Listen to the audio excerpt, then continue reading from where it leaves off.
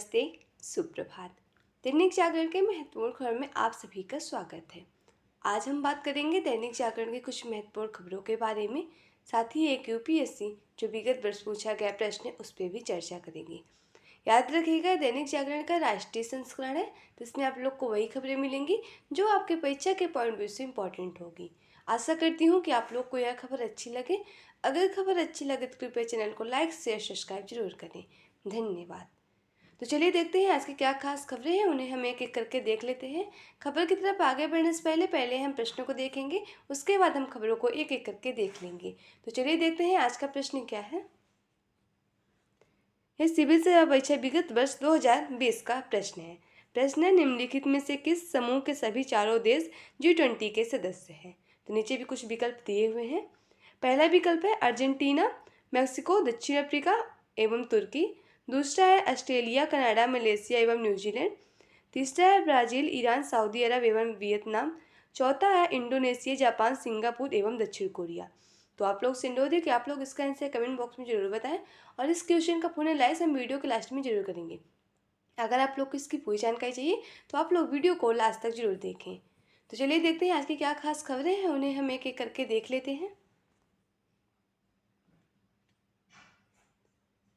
छात्र खुद से प्रतिस्पर्धा करें, दूसरों से नहीं, यह हमारे प्रधानमंत्री नरेंद्र मोदी जी कह रहे हैं। परीक्षा पे चर्चा में पीएम ने छात्रों को परीक्षा के दौरान बेहतर प्रदर्शन के लिए दिए मंत्र। कहा, किसी भी तरह का दबाव झेलने के लिए खुद को स्वयं समर्थवान बनाएं, तकनीकी का इस्तेमाल और दोस्तों के साथ स्वस्थ प्रतिस्पर्धा रखने की दी सलाह।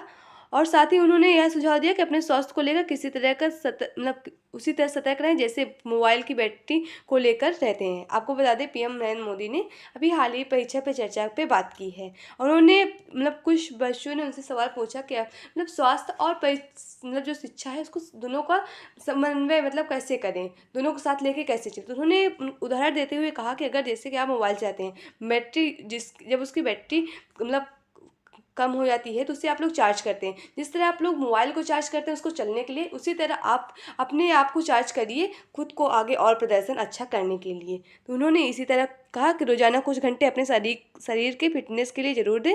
मोबाइल की बैटरी की तरह शरीर को भी चार्जिंग की ज़रूरत होती है। परीक्षा की तैयारी के दौरान रोज लिखने का अभ्यास ज़रूर करें, इससे विषय अच्छे तरीके से तैयार होंगे। आपको बता दें कि कुछ बच्चों या फिर अधिकतर ऐसे बच्चे होते हैं कि वो सुन तो लेते हैं किसी चीज़ को और उससे संतुष्ट भी हो जाते हैं कि हाँ, अगर हम ये आएगा तो उसे हम कर लेंगे, लेकिन जब लिखने की बारी आती है तो वो उसे अच्छे से नहीं लिख पाते। इसीलिए उन्होंने कहा कि आप लोग फ़ोन और मोबाइल इंटरनेट के अलावा लिखने की भी प्रैक्टिस अच्छे से करें ताकि आप लोग अच्छा प्रदर्शन कर सकें परीक्षा पे। मोबाइल फ़ोन का घंटों तक इस्तेमाल से बचें। रात रात भर रील्स देखने की नींद कम आती है। यदि स्वस्थ रहना और दिमाग को भी स्वस्थ रखना है तो अच्छी पर्याप्त नींद जरूर लें। विषयों के चयन पर खुद को भरोसा करें। माता पिता के प्रति अपने भरोसे को कमज़ोर न होने दें और शिक्षकों से कहा कि बच्चों के साथ जुड़ाव भी रखें। कुछ शिक्षकों से भी उन्होंने बातचीत की, कहा कि पीएम ने शिक्षकों से कहा कि कक्षाओं में सभी बच्चों के साथ एक समान सुझाव करें कि जुड़ाव रखें कि किसी के साथ भेदभाव ना करें। जुड़ाव सिर्फ सिलेबस तक नहीं होना चाहिए बल्कि उनसे बढ़कर भी होना चाहिए। इनका शिक्षक और बच्चे का ऐसा संबंध उन्होंने कहने की बात की कि आप लोग शिक्षा और बच्चे और शिक्षक के बीच में ऐसा संबंध होना चाहिए ताकि वो लोग देखिए कि कुछ शिक्षक होते हैं कि केवल उनको पढ़ाने से मतलब होता है और कुछ शिक्षक ऐसे होते हैं जो बच्चों को एकदम अपने परिवार की तरह देखते हैं कि ना कि उन पर केवल शिक्षा ही बस उनका उद्देश्य नहीं होता, पढ़ाना ही उद्देश्य नहीं होता। उन्होंने एन जो और एक्टिविटी होती है ना उनके लिए भी उन्हें प्रोत्साहित करते हैं। तो उन्होंने कहा कि शिक्षक को केवल उसी तरह जुड़ाव केवल शिक्षा तक ही उनका ना रहना चाहिए, अन्य उनके जो अगर कोई उनको दिक्कत होती समस्या होती है ताकि बच्चे उनसे खुल के अपना जो जो समस्या है उसे समाधान पूछ सके, ऐसा उन लोग के साथ उनका बर्ताव होना चाहिए। तो इस तरह के कुछ परीक्षा पे चर्चा मोदी जी ने बच्चों को प्रोत्साहित करने के लिए कहा। आपको बता दें, जो परीक्षा पे चर्चा होती है इसका मुख्य उद्देश्य होता है परीक्षार्थियों को तनाव कम करना, अपने आत्मविश्वास जगाना और परीक्षा के लिए उन्हें सजग करना। आपको बता दें, परीक्षा पे चर्चा कार्यक्रम की शुरुआत साल 2018 में की गई थी। उसके बाद से हर साल कभी ऑनलाइन मोड में तो कभी ऑफलाइन मोड में इसका आयोजन किया जाता है और इस बार परीक्षा पे चर्चा 29 जनवरी 2024 को इसका 7वां संस्करण था जो दिल्ली के प्रगति मैदान में भारत मंडपम में आयोजित हुआ था। तो इसे भी आप लोग याद रखिए और उनकी कही गई बातों पे अमल भी करिए। ताकि आप लोग को भी, देखिए आप लोग को भी उसमें से बहुत फ़ायदा होगा, इसमें से कोई नुकसान होने वाली बात नहीं कहते हैं। और इसे अगर आप लोग अपने ऊपर आजमाते हैं तो अच्छी बात है। ड्राइवर को लेकर दिल्ली में सोरेन की खोज सोरेन को खोजती रही ईडी। आपको बता दें, झारखंड के सीएम को गिरफ्तारी के लेकर दिन भर चला अटकलों का दौर।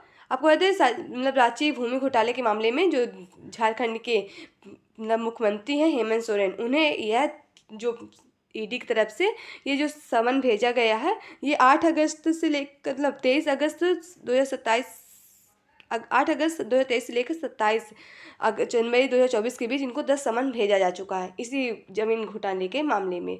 और आपको अगर बता दें कि और 31 को रांची में दिया गया था समय, मुख्यमंत्री को आवास में होगी पूछताछ, मतलब उन्होंने ये समय दिया है कि आप उनके मतलब 31 जनवरी को पूछताछ कर सकते हैं उनके आवास पे। अगर हम बात कर ले ईडी, जो ये हमारी बात हो रही है, ईडी यानी जो छापामारी है, ईडी प्रवर्तन निदेशालय वित्त मंत्रालय के एक राजस्व विभाग के तहत एक विशेष वित्तीय जांच एजेंसी है। 1 मई 1956 में विशेष मुद्रा विनिमय अधिनियम के तहत 1947 अधिनियम के तहत विनिमय नियंत्रण कानून के उल्लंघन से निपटने के लिए आर्थिक मामलों एवं विभाग के एक प्रवर्तन इकाई के रूप में इसका गठन किया गया था। वर्ष 1957 में इस इकाई का नाम बदल करके प्रवर्तन निदेशालय कर दिया गया था। तो इसे भी आप लोग याद रखिए ईडी के बारे में। मालदीव के राजनीतिक संकट, राष्ट्रपति मौजू के विरुद्ध महाभियोग की तैयारी। एमडीपी ने महाभियोग प्रस्ताव लाने के लिए अब हस्ताक्षर अभियान चलाया। महाभियोग के लिए जरूरी है 56 वोट, एनडीपी और डेमोक्रेट का समर्थन। आपको बता दें, अभी हाल ही में मालदीव और मतलब मालदीव के मौजूद सरकार को अभी मतलब सत्ता में आए 2.5 महीने ही हुए हैं, लेकिन भारत का मुखर विरोध करने के बाद संकट उन पर यह संकट आ चुका है। अगर हम बात करें जो महाभियोग आया है, ये मतलब राष्ट्रपति या अन्य बड़े अधिकारियों को हटाने का एक मतलब प्रक्रिया होती है। महाभियोग की बात करें, राष्ट्रपति पर महाभियोग की प्रक्रिया संसद के किसी भी सदन से शुरू की जा सकती है और राष्ट्रपति के विरुद्ध प्रस्ताव पर सदन में से कम 1/4 सदस्यों का हस्ताक्षर होना जरूरी होता है। राष्ट्रपति पर महाभियोग का प्रस्ताव मूल सदन के विशेष बहुमत यानी 2/3 द्वारा पारित किया जाता है। और आपको पता होगा भारत में जो महाभियोग की प्रक्रिया है उसको अनुच्छेद 61 में दिया गया है इसकी पूरी प्रक्रिया, जिसे भी आप लोग जरूर याद रखिए। यहाँ आपको राष्ट्रीय राजधानी जुड़ी खबरें मिल जाएंगी। सीएम का दावा, सौर पैनल लगवाने वाले सभी घरों का बिजली बिल आएगा 0। अमल होने पर व्यावसायिक उपभोक्ता का भी बिल हो जाएगा आधा। अब देख रहे हैं ना, सोलर पैनल जो नई नीति के तहत 4 साल में सोलर पैनल लगाने की खर्च में हो जाएगी भरपाई।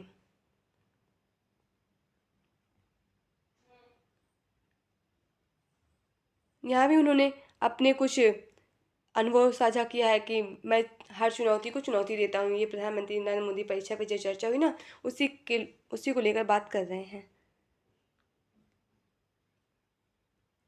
राज्यसभा की 56 सीटों पर चुनाव 27 फरवरी को। नड्डा, मोहन प्रधान और अश्विनी वैष्णव का खत्म हो रहा है कार्यकाल। सबसे अधिक 10 सीटें हैं यूपी में, बिहार, महाराष्ट्र व 6 सीटें हैं। आपको बता दें, यूपी एक राजनीतिक दृष्टि से बहुत ही अहम भूमिका निभाता है किसी भी राज्य चुनाव में, चाहे वो लोकसभा का हो या फिर राज्यसभा का हो। किसी भी सभा मतलब जो चुनाव होता है उसमें बहुत ही महत्वपूर्ण भूमिका निभाता है। अब हम बात कर लेते हैं राज्यसभा का जो चुनाव होता है वो किस तरह से होता है, तो थोड़ी सी जानकारी इसके बारे में हम लोग ले लेते हैं।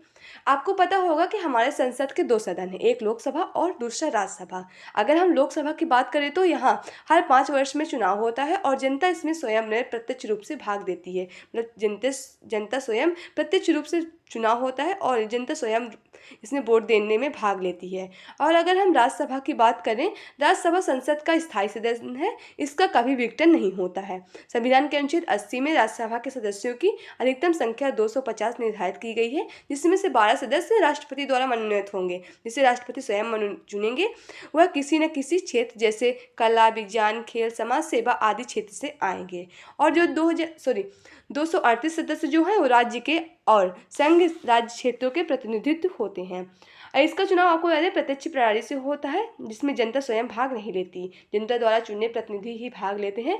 राज्यसभा के सदस्यों का कार्यकाल 6 वर्ष का होता है और राज्यसभा में प्रति 2 वर्षों में चुनाव होता है, जिसमें 1/3 सॉरी 1/3 सदस्य प्रत्येक वर्ष सेवानिवृत्त के होते हैं। आपको बता दें कि जो लोक राज्यसभा का जो चुनाव होता है उसका कार्यकाल 6 वर्ष होता है, लेकिन सॉरी हाँ 6 वर्ष होता है, लेकिन जो उसमें चुनाव होता है वो प्रतिवर्ष 2 होता है। कि मतलब आप लोग मान लीजिए, देखिए ये जैसे कि 2018 हो गया, 2019, 2020 और 2021। तो इसमें जो है 2019 में चुने हैं, उन्हें 2021 में उनको हटाया जाएगा, मतलब उनको नहीं, जो 2019 में चुने हैं तो उनका 2019, 20, 21, 22, 23, 24, 2024 में उन्हें हटा दिया जाएगा, और 2024 में जो चुनाव होगा उसमें कुछ और नए अधिकारियों को, मतलब नए सदस्यों को भरा जाएगा। तो इस तरह से कुछ राज्यसभा का चुनाव प्रक्रिया यानी प्रणाली शुरू की जाती है। तो इससे भी आप लोग पढ़िए, आपके परीक्षा पॉइंट में से बहुत ही इंपॉर्टेंट है। और आपको बता दें, ये जो चुनाव होता है ये चुनाव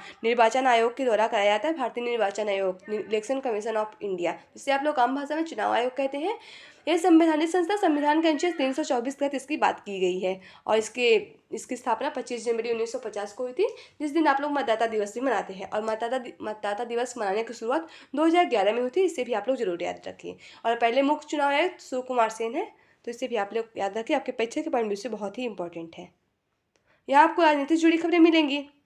आप देख रहे हैं ना कि जो बिहार के मुख्यमंत्री नीतीश कुमार अलग हुए हैं आईएनडी जो सरकार बनी थी, मतलब आरजेडी और जेडीयू से, तो वो भाजपा में जा चुके हैं और 9वीं बार मतलब मुख्यमंत्री की शपथ भी ले चुके हैं। तो उससे अब चल रहा है प्रत्यक्ष और आरोप प्रत्यारोप खूब चल रहे हैं इस समय। देखते रहिए, आप लोग के लिए बस इतना ही इंपॉर्टेंट है कि आप लोग बस चुनाव आयोग के बारे में याद रखिए, जो आपके परीक्षा पॉइंट व्यू से इंपॉर्टेंट है। सिमी पर प्रतिबंध 5 साल और बढ़ा। पहली बार 2001 में अटल सरकार के कार्यकाल में लगा था सिमी का प्रतिबंध। इसकी आतंकी व देश विरोधी गतिविधियों को देखते हुए गृह मंत्रालय का यह निर्णय आया है। इस सिमी बात है, आतंकी संगठन institute Islamic movement of India की बात हो रही है। उत्तर प्रदेश में 1977 में सिमी का गठन किया गया था। मुस्लिम युवाओं के कट्टरता फैलने, आतंकी हमले और समाज में सांप्रदायिक विषय फैलाने में सिमी से जुड़े लोगों को संलिप्तता को देखते हुए इसे प्रतिबंध करने का फैसला किया गया था।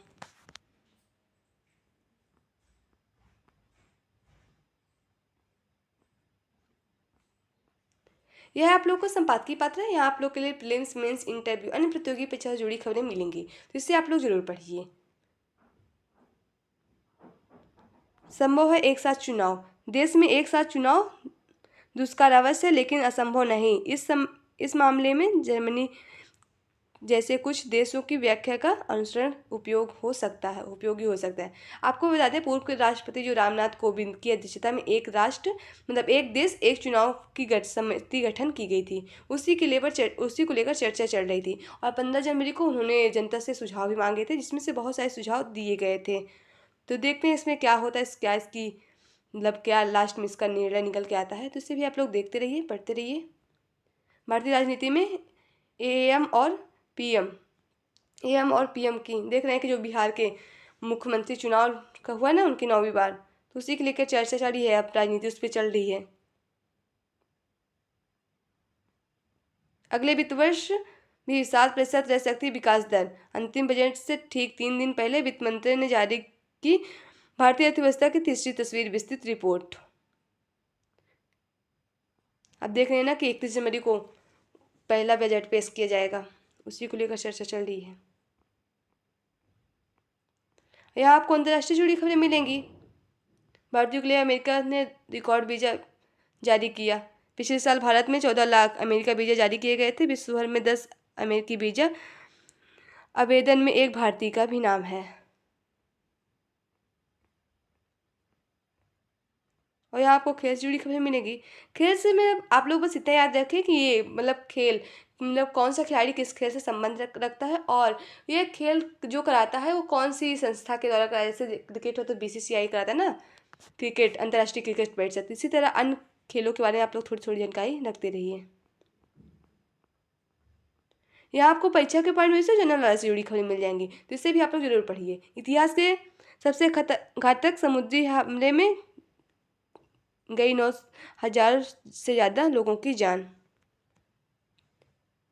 अल्सरेटिव कोलाइटिस के फायदेमंद है नारियल पानी। एम्स में 121 मरीज पर किए गए क्लिनिकल ट्रायल से साबित हुआ फायदा। नारियल पानी में जूस कम करने व गट माइक्रो बायोम में बदलाव करने की है क्षमता। देखिए इसके भी कुछ उपयोग आ रहे हैं। यहाँ आपको मूवी से जुड़ी खबरें मिलेंगी, इंटरेस्ट हो तो पढ़िए, ना हो तो कोई बात नहीं। आज की खबरें यही समाप्त होती है। आशा करती हूँ कि आप लोग को यह खबर अच्छी लगे। अगर खबर अच्छी लगे तो कृपया चैनल को लाइक शेयर सब्सक्राइब जरूर करें।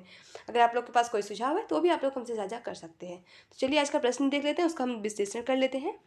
आज का प्रश्न था, निम्नलिखित में से किस समूह के सभी 4 देश G20 के सदस्य हैं? तो इसका सही जवाब होगा ऑप्शन ए, यानी अर्जेंटीना, मैक्सिको, दक्षिण अफ्रीका एवं तुर्की। तो चलिए इसका विश्लेषण देख लेते हैं। G20 वैश्विक आर्थिक सहयोग के लिए एक अंतर्राष्ट्रीय मंच है। इसके 20 सदस्य हैं, जो ये देश इस प्रकार है: अर्जेंटीना, ऑस्ट्रेलिया, ब्राजील, कनाडा, चीन, France, Germany, Bharat, Indonesia, Italy, Japan, Korea गणराज्य, मैक्सिको, रूस, सऊदी अरब, दक्षिण अफ्रीका, तुर्की, यूनाइटेड किंगडम, संयुक्त राज्य अमेरिका और यूरोपीय संघ। आपको बता दें G20 सदस्य में विश्व अर्थव्यवस्था का 85% और वैश्विक व्यापार का 75% और दुनिया की 2/3 जनसंख्या शामिल है। G20 का गठन 1999 में हुआ था और इसके वर्तमान अध्यक्ष गायोसेप कोर्ट है। G20 शिखर सम्मेलन का औपचारिक रूप से वित्तीय बाजारों और अर्थव्यवस्था पर शिखर सम्मेलन के रूप में किया जाता है और भारत 2023 में G20 लीडर समिट की मेजबानी की थी। अब आप लोग से एक क्वेश्चन और है कि G20 का जो 2024 में कौन मेजबानी करने वाला देश है, जिसे आप लोग कमेंट बॉक्स में जरूर बताइए। और इस क्वेश्चन का भी फुल एनालाइज मैंने कर दिया है। तो आप लोग से अनुरोध है कि आपको यह खबर अच्छी लगी होगी। आप लोग से अनुरोध है कि आप लोग इसे ज़्यादा से ज़्यादा लाइक शेयर सब्सक्राइब जरूर करें। धन्यवाद।